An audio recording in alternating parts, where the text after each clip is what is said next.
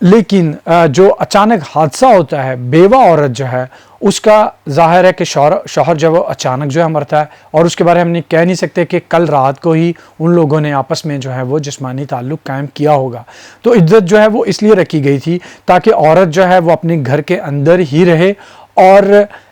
جب اس کے حیض جو ہیں 3 اور جو ہے وہ بیوہ کی صورت میں 4 مہینے اور 10 دن گزر جائیں، تاکہ صاف پتہ چل جائے کہ وہ مرنے والے یا طلاق دینے والے آدمی جو ہے اس کے بچے کی ماں تو نہیں ہے۔ اسی وجہ سے عدت کرنے کا حکم دیا گیا ہے، اور بیوہ کو حکم جو ہے وہ زیادہ جو ہے وہ عدت کرنے کا دیا گیا ہے۔ ہاں یہ ہوتا ہے کہ جیسے ہی شوہر جو ہے وہ فوت ہوا اور اس کے 1 ہفتے کے بعد ہی جو ہے اس کی پریگننسی جو ہے وہ پتہ چل جاتی ہے، اور یہاں یہ ہوتا ہے کہ پریگننسی اس کی چل رہی تھی، اس کا شوہر فوت ہوا، 1 مہینے کے بعد جو ہے وہ اس کا بچہ پیدا ہو جاتا ہے، تو جیسے ہی بچہ پیدا ہوگا عورت عدت سے باہر ہو جاتی ہے اور وہ اپنی دوسری شادی کر سکتی ہے۔ لیکن اگر ایسی کوئی بات نہیں ہے تو عورت کو عدت کرنے کا 4 مہینے اور 10 دن عدت پوری کرنے کا حکم ہے۔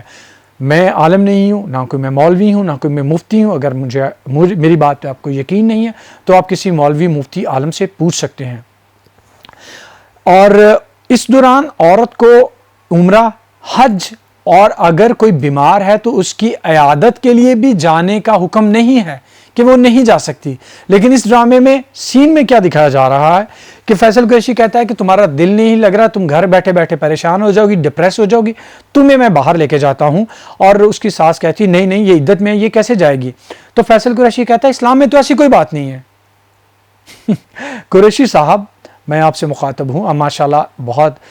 ہی اچھے ایکٹر ہیں، آپ سلام زندگی پروگرام بھی کرتے ہیں لائیو ARY پہ مارننگ شو، جس میں آپ ہزاروں معاملات میں ڈسکس کرتے ہیں۔ اگر آپ کو نہیں پتا تو کسی عالم کو بلا کر جو ہے اس پہ بحث کر لیجئے، اس کے بارے میں بات کر لیجئے کہ آپ جو ترغیب دے رہے ہیں، آپ اپنے ڈرامے میں یہ چیز بتا رہے ہیں کہ اسلام میں عدت کرنے کا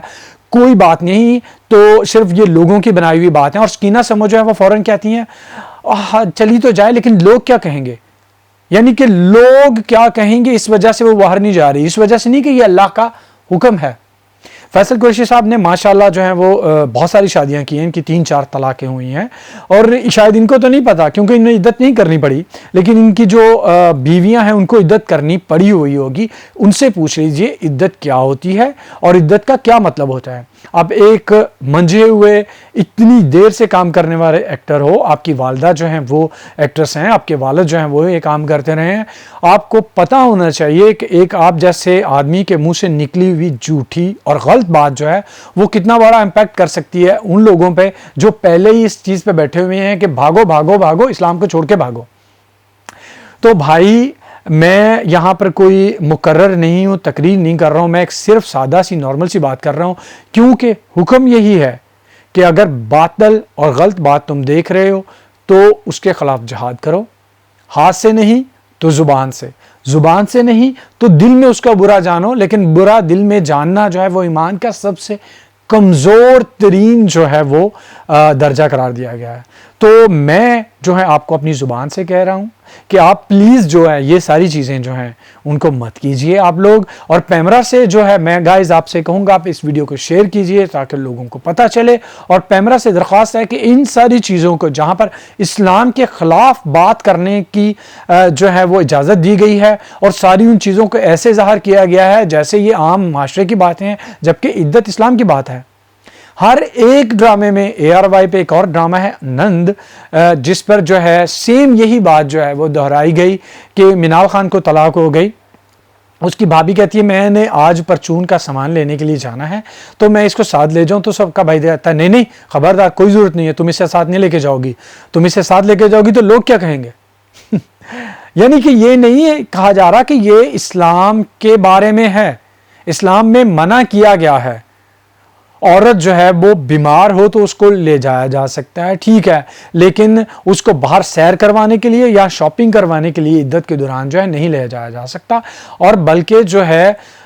اس کا گھر میں جو نام محرم لوگ ہیں ان کا داخلہ بھی نہیں ہونا چاہیے، اور یہ ساری چیزیں جو ہیں وہ عورت کوئی تحفظ کے لیے ہیں، عورت کے حقوق کے لیے ہیں، تاکہ کل کو کوئی اس پہ انگلی نہیں اٹھائے کہ تمہارا یہ جو بچہ ہے تمہارے اس مرے ہوئے یا اس سابقہ شوہر میں سے نہیں ہے، تمہارے کسی ایسے ہی معاملے سے پیدا ہوا ہے جو تم کرتی رہی ہو عدت کے دوران جو ہے باہر پھرتی رہی ہو۔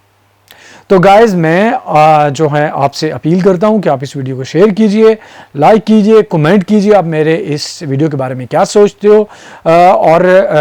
اگر کسی اور چیز کا حوالہ ہے آپ کے پاس تو مجھے دیجئے، میرے علم میں اضافہ کیجئے۔ میرا علم یہی کہتا ہے کہ قرآن پاک نے سورۃ بقرہ کی آیت نمبر 228 میں عدت کا حکم دیا گیا ہے، اور وہ ایسے دیا گیا ہے، اور جو چیز قرآن پاک میں جس کا حکم آ جاتا ہے اس کے اوپر ہاں بٹ لیکن اف چیزیں نہیں ہوتی۔ قرآن پاک کا حکم جو ہے وہ ہمارے ایمان کا حصہ ہے، یہ ہماری ٹریڈیشن، کلچر، روایت کا حصہ نہیں ہے۔ تو جتنے لوگ بھی ہیں، اس کا رائٹر، اس کا ڈائریکٹر، پیمرا، ARY والے جو ہیں، وہ سب اس چیز کا خیال کیجئے کہ یہ چیز آپ جو ہے وہ کیا پروموٹ کر رہے ہیں، اور یہ اسلام کے سراسر جو ہے وہ خلاف ہے۔ اور فیصل قریشی صاحب، آپ اتنے منجھے ہوئے ایکٹر ہو، آپ جو یہ چیز کر رہے ہو مجھے بالکل سمجھ نہیں آ رہی آپ نے یہ چیز کیوں کی۔ اللہ تعالیٰ ہم سب کو جو ہے وہ اسلام کے مطابق عمل کرنے کی جو ہے ہدایت دے، اس کو سمجھنے کی ہدایت دے، اور اگر ہم میں کوئی اختلافات ہیں تو اس کو مل بیٹھ کے بات کرنے اور اس چیز کو جو ہے اجاگر کرنے کی ہمت دے۔ تو اس کے ساتھ ہی میں آپ سے اجازت چاہوں گا۔ یہ ویڈیو تھوڑا سا سیریس ہو گیا کیونکہ بات ہی سیریس تھی، جیسے میں نے یہ دیکھا اور مجھے لگا کہ یہ میرا فرض بنتا ہے کہ میں اس ویڈیو کو بناؤں اور اس پہ بات کروں، جیسے آپ کا فرض بنتا ہے آپ اس ویڈیو کو جو ہے وہ شیئر کیجئے اور اس پہ کمنٹ کیجئے، اور نہیں تو کسی طرح سے یہ ویڈیو جو ہے پیمرا تک جو ہے وہ پہنچنا چاہیے، تاکہ ان کو پتہ ہونا چاہیے کہ وہ کیا چیزیں نظر انداز کر رہے ہیں اس اسلامی جمہوریہ پاکستان میں۔ اس کے ساتھ ہی میں آپ سے اجازت چاہتا ہوں guys, see you in my next video. بہت سارا اپنا خیال رکھیے گا، ٹیک کیئر، اللہ حافظ۔